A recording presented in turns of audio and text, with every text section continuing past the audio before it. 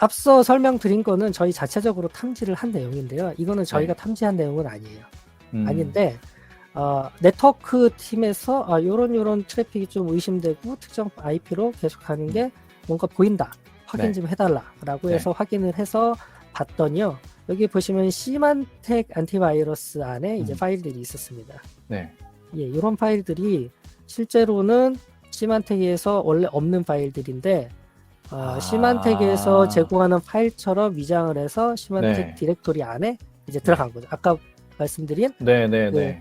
예, 프로그램 데이터 안에 진이 안에 든 네. 것처럼요. 그럼 뭐 의심이 전혀 안 들겠죠, 그러면. 예, 게다가요 여기 보시면은 코드 사인도 위변조를 했습니다. 야. 그러면 완벽히 얘는 정상인 파일이다라고 볼 수가 네. 있는 거죠. 네. 하지만 여기에서 보시면요, 이런 프로세스가 파일이 어디 데스크탑에서 복사가 되고 네. 실행이 됐습니다. 실행이 됐는데 이 실행을 되고 그 시스템에 있는 SVC 호스트가 실행이 되면서 뭐 43번 IP로 시작하는 IP로 다량 접속한 이력을 확인을 했고요. 네. 그래서 이 파일도 동일하게 실제 EDR 통해서 수집해서 리버스 엔지니어링을 해봤더니 저 백신에서 사용하는 프로그램이 아니다라고 판명이 돼서 이 파일도 동일하게 패턴 업데이트해서 자동 삭제하는 정책을 걸어놓은 상태입니다. 이 정도 위장해서 이렇게 침투하는 거면은 기존에 백신은 진짜 잡아낼 수가 없겠네요, 진짜. 뒤에 제가 잠깐 보여드릴 텐데요. 심지어 네. 백신을 이제 킬하고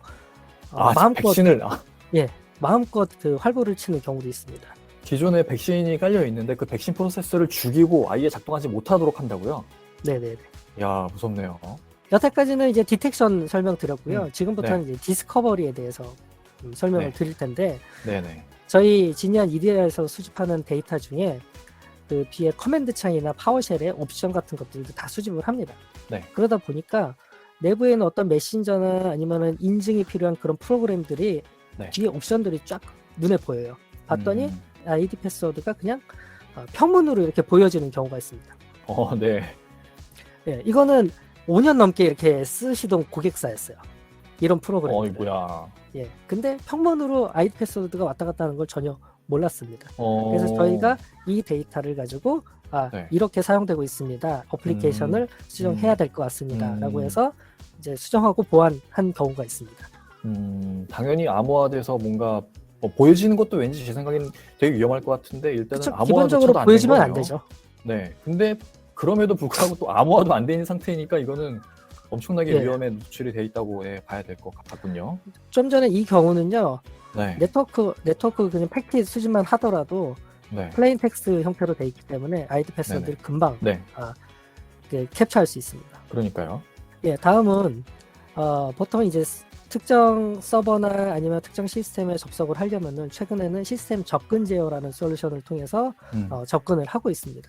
네네. 그래서 최소한의 방어책을 만들어 놓고 전혀 무관한 사람들은 접속 못하게 하자는 게 주 취지인데 생각보다 그 EDR의 데이터를 활용을 하다 보면요, 생각보다 많은 그 프로그램들 사용자가 서버에 직접 접속하는 거를 눈으로 이 화면과 같이 보실 수가 있습니다.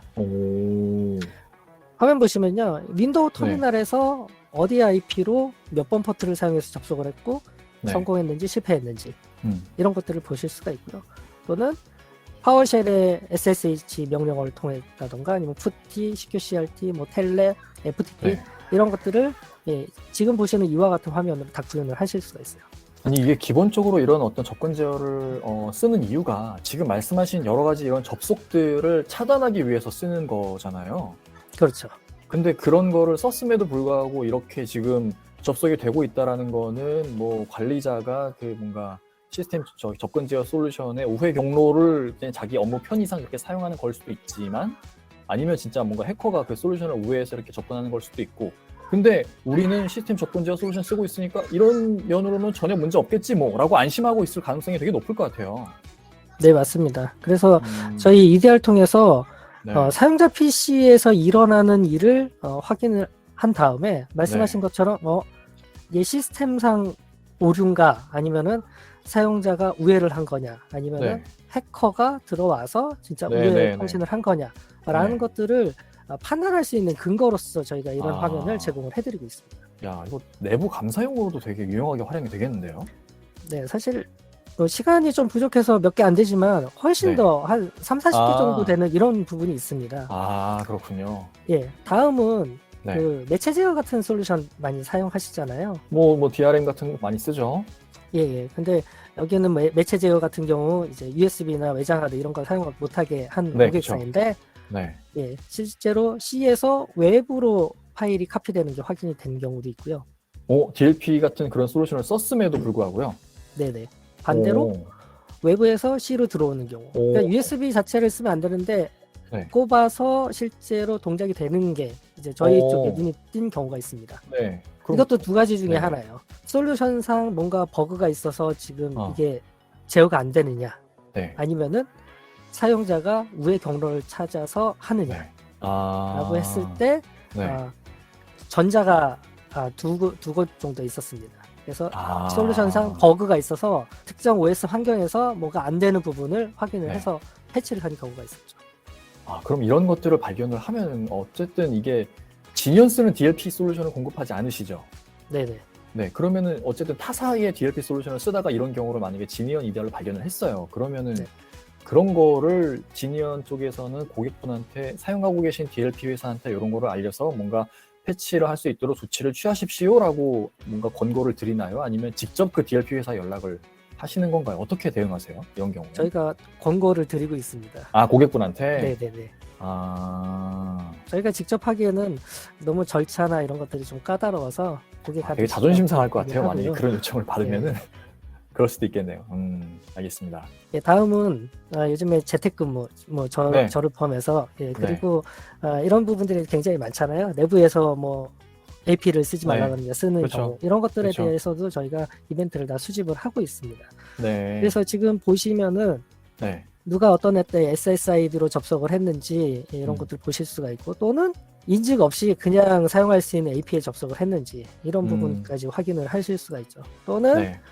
누가 테더링을 했는지 예, 이런 부분까지도 저희 이벤트를 보고 확인을 해보실 수가 있습니다. 하지 말라고 했는데 한 사람도 다 색출할 수 있는 거네요. 그래서 네네. 이런 AP 접속 여부까지 유무까지 확인을 할 수 있을 정도로 사용자 PC에서 발생하는 일이 그냥 단순히 이거 악성 코드 탐지하고 끝날 정도의 수준이 아니라 훨씬 더 다양하고 뭐 쓸만한 데이터가 많다라고 지금 설명을 드릴 수가 있습니다. 네, 알겠습니다. 그리고 추가적으로 디스커버리를 넘어선 뭔가를 또 하나 제공을 하고 있는데요. 네. 아까 설명드렸잖아요. IOC, 머신러닝, XBA, CTI 예, 이렇게 확인을 해서 여러 가지 형태로 저희가 이상 있는지 없는지 판단을 해서 데이터를 흘려보냈는데, 흘려보내고 여기서 끝나는 게 아닙니다.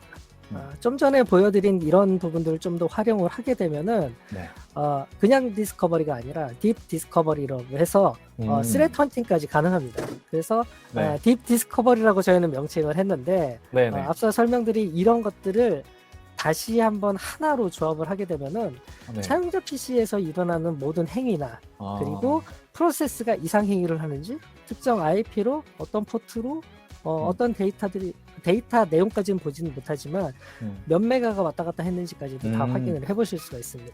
네.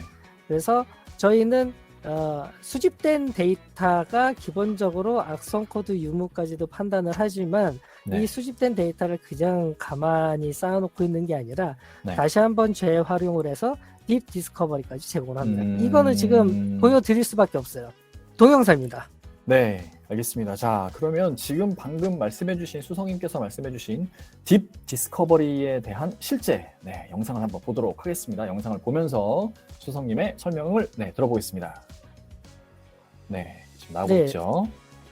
저희가 제공해드리는 여러 가지 대시보드를 하나로 이제 구현을 했습니다. 압축해서. 그래서 예를 들어 TCP 443으로 이상한 트래픽이 계속 발생된다라고 했을 때 그걸 가지고 지금 조사를 하는 거고요. 443 포트로 하는 것 중에 이제 slack.exe는 저희 내부에서 사용하는 그 메신저입니다.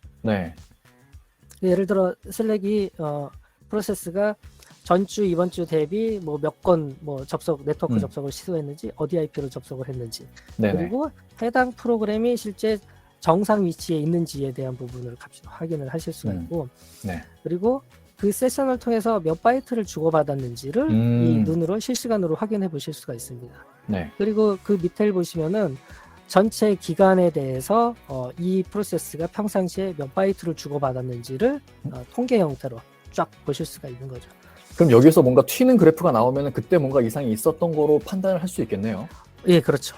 그것뿐만 아니라 여기에다가 특정 IP만 딱 하면 되는 거죠. 이 IP 좀 이상한데? 그래서 IP를 하나 더 입력을 해보겠습니다. 52.153. 이 IP를 입력하게 되면은 이 대시보드들이 다 그 인터랙티브하게 연결돼서 그 해당 항목에 대해서만 딱 표현이 되고 있습니다.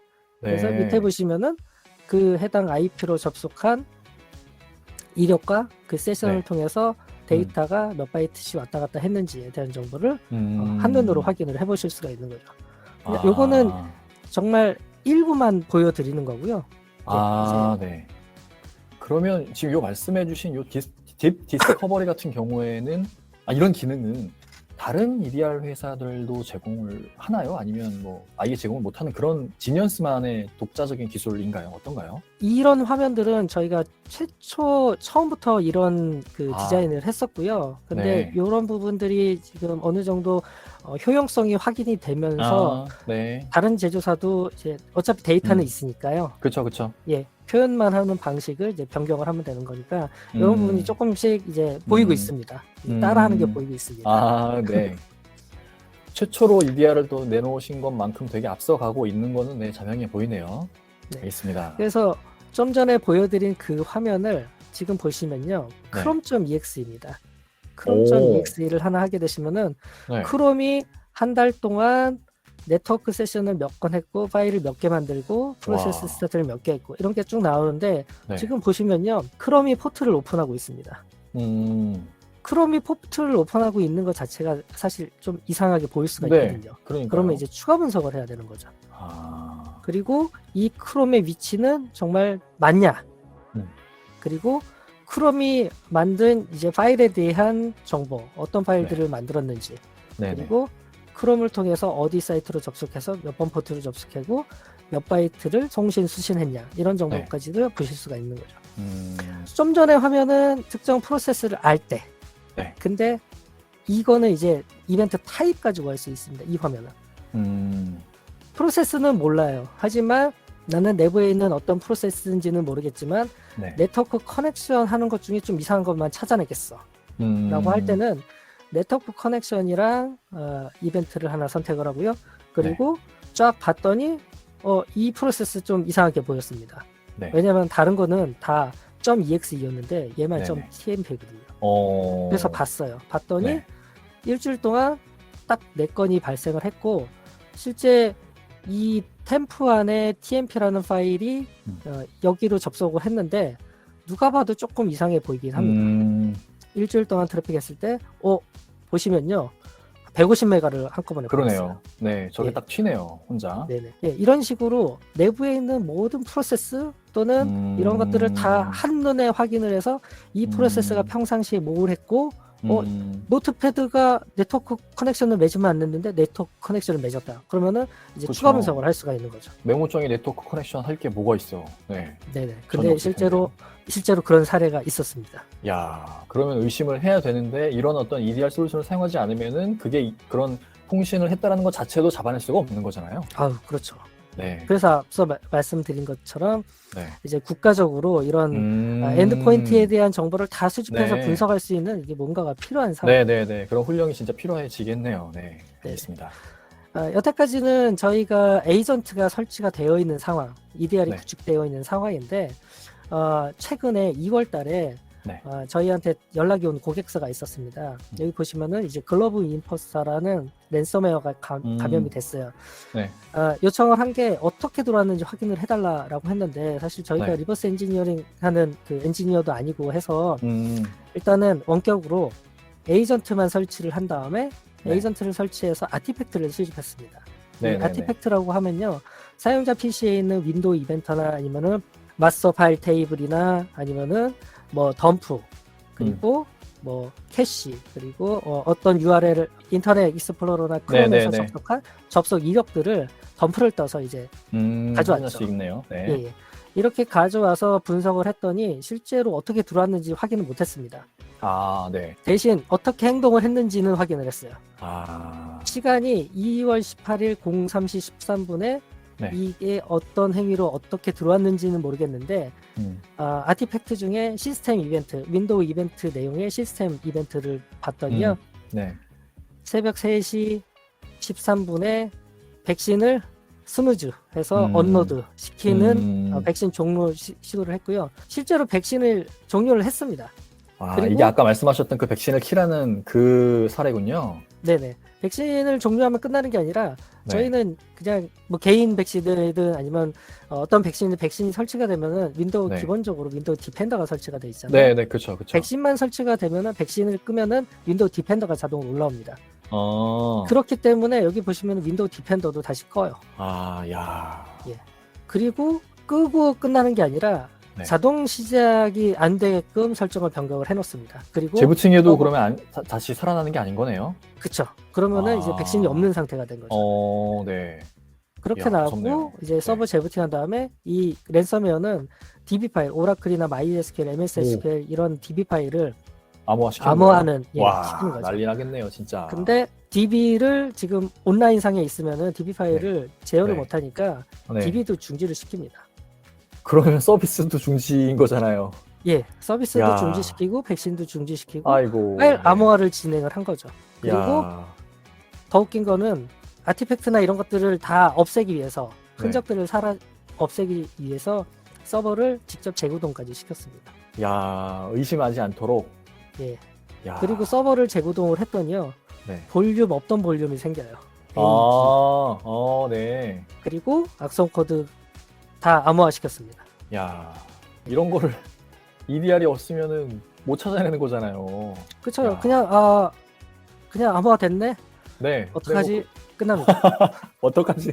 그 이후에 뭐 어떻게 할 수가 없네요, 진짜. 예. 와.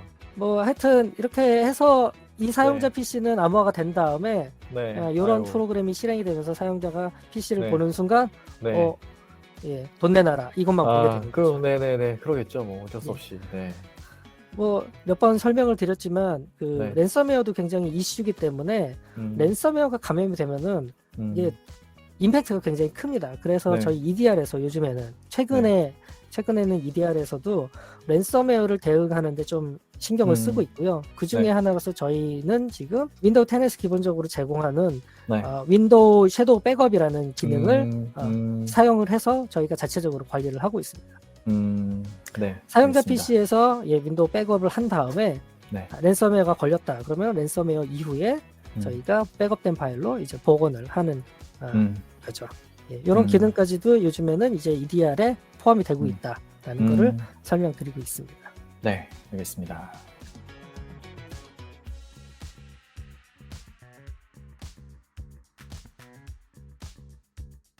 그러면은 아까 잠깐 저희 회사에 대해서 설명을 드렸는데요. 제품에 대해서 설명을 드릴 텐데요. EDR 기본 요건입니다. 어떤 백신에서도 동작이 되어야 하는 거고요. 그렇죠. 특히 DRM, DLP 이런 솔루션이 있는 상황에서도 동작이 돼야 되는 거죠. 플러스 두 개만 있으면은 사실 굉장히 간단합니다. 하지만 저희 고객사 중에 에이전트가 14개가 설치가 되어 있어요. 그러면은 새로운 보안 솔루션 도입하여서 에이전트를 설치하는 것 자체도 되게 부담스럽겠어요. 네네. 그래서 굉장히 부담스러워서 에이전트 처음에 파일럿 배포할 때 한 대, 두 대씩 테스트를 설치 이전에 한 달 정도 설치를 한 고객사도 굉장히 많습니다. 근데 문제 없다. 지니언 EDR은. 네네, 그쵸. 이런 것들이 전혀 문제가 없는 게 기본 요건이 돼야 되는 거죠. 네, 알겠습니다. 그리고 상시 이벤트를 수집을 해야 되는 부분이 저희한테 굉장히 큰 이점입니다. 왜냐하면 앞서 설명드린 디스커버리나 그냥 일반적인 디스커버리 이런 것들도 수집한 이벤트를 토대로 뭔가 다양하게 보여줄 수 있는 부분이라 이런 게 필요하고요. 이 화면은 보통 EDR이나 아니면 방화벽 다른 보안 솔루션들이 제공하는 로그라고 보시면 될 것 같습니다. 여기에서 무슨 의미를 어떻게 찾을 수 있겠어요? 그냥 검색하면은 한 줄 있다 없다 라고만 확인을 할 수가 있죠. 근데 이런 화면으로 저희가 제공을 해서 이런 트래픽에 어떤 서비스가 어떤 포트를 많이 사용하는구나. 예. 이래야 눈에 좀 들어오죠. 그쵸. 이런 것들이 이제 예전에는 데이터가 있습니다. 데이터는 하나의 조각이고요. 데이터를 모으면은 이제 인포메이션이 돼요. 네네네. 인포메이션이 되고 인포메이션을 좀 더 가공을 하면은 이게 인텔리전스가 됩니다. 그쵸. 예. 인텔리전스는 이제 나중에 시간이 지나면은 이제 와이즈, 그 지혜가 되는 거죠. 네네네. 위즈덤. 예. 이런 형태로 그냥 데이터, 이거는 그냥 데이터인 거죠. 네. 예. 이거는 인텔리전스라고 볼 수가 있습니다. 그래서 기존에는 네트워크에 굉장히 다양한 정보 이런 것들이 있는데 네트워크에 대해 가시성 확보하는 거는 굉장히 잘 돼 있어요. 근데 엔드포인트는 그렇게 안 돼 있습니다. 하지만 EDR 통해서 이 엔드포인트의 가시성을 다 확보를 하실 수가 있죠. 그리고 요즘의 보안 솔루션 같은 경우들은 단독으로 동작하기 굉장히 어렵습니다. 그래서 한 5, 6년 전에는 시큐리티 에코시스템이라는 게 굉장히 유행을 했고요. 네. 기본적으로 다양한 심이랑 연동이 돼야 되고요. 그리고 내부에 있는 어떤 보안 솔루션 그렇죠. 아니면 인증 서버, 사용자 정보랑도 연동이 기본적으로 돼야 되는 게 맞습니다. 네. 이거 외에도 여러 가지 형태의 연동되는 부분이 있는데 이런 것들도 쉽게 연동될 수 있는 것들도 있어야 되는 것들도 하나의 이제 요건 중에 하나가 되는 거죠. 네. 특히나 외산 제품은 어떤 표준이 있어서 연동이 어렵지는 않습니다만 네. 국내 제조사끼리는 그 표준이라는 게 아직 없어서 제각각이잖아요. 어렵습니다. 예. 네. 그렇기 때문에 이런 것들은 제조사에서 지원이 이제 필수 요소인 거죠. 여기서 한마디 더 붙이자면은 외산은 외산끼리 연동이 잘 됩니다만 외산이랑 국산이랑 연동하는 게 좀 어렵습니다. 예. 네, 그런 부분이 있습니다. 예. 네. 그러면 더더욱 국내 기업들은 아무래도 외산보다는 국내 보안 솔루션을 또 많이 사용하실 거니까 더더욱 EDR 같은 솔루션을 선택하실 때는 진이한 EDR 같은 국내 솔루션을 사용하시는 게 더 유리하겠네요. 네. 그리고 앞서 설명드렸지만 지금 이 화면에서도 보이지만 저희가 2017년부터 해서 2021년까지 해서 현재 35만 대 이상의 에이전트가 운영이 되고 있습니다. 네네. 그리고 저희도 한 5년 넘는 그 노하우가 생겨서 그만큼 기술 지원하는데도 어려움이 없고요. 오히려 고객사가 저희한테 와서 아까 그 제가 보여드렸던 그 탐지 사례, 분석 사례도 네, 저희한테 요청을 저희는 분석가가 아닙니다만 가서 그렇게 분석까지 할 수 있는 이제 능력이 된다고 조금 말씀을 드릴 수가 있을 것 같습니다. 네. 그리고 뭐 이제 시장 현황인데 이 정도로 된다고 설명을 드릴 수가 있을 것 같습니다. 네네. 예. 레퍼런스로는 뭐 이렇게 되어 있고요. 예. 이렇게 해서 설명은 다 마친 것 같습니다. 그럼 저희가 준비한 자료는 다 보여드린 것 같고요. 네. 그러면 혹시 수성님 끝으로 하실 말씀 있으시다면 짧게 부탁드립니다. 예. 제가 제 몸 관리를 잘 못해서 좀 이렇게 온라인으로 한 게 좀 아쉽고요. 예, 시간이 더 있었으면은 더 많은 정보를 더 다양하게 보여드릴 수 있었는데 그런 부분이 좀 아쉽고 다음에 또 기회가 된다면은 더 좋은 내용으로 제가 발표를 하도록 하겠습니다. 오늘 너무 많이 참가해 주셔서 감사합니다. 네. 알겠습니다. 자, 그러면 뭐 저도 아까 서두에 말씀드렸지만 이렇게 좀 피치 못할 사정으로 인해서 서로 원격으로 해서 진행하다 보니까 평상시랑은 다르게 화면도 좀 다르고 음질도 좀 고르지 못한 부분이 있었습니다. 그 부분은 양해를 부탁드리고요. 그러면 지금까지 시청을 해주셔서 정말 감사드리고요. 즐거운 오후 시간 보내시길 바라겠습니다. 저희는 이만 물러가겠습니다. 감사합니다. 감사합니다.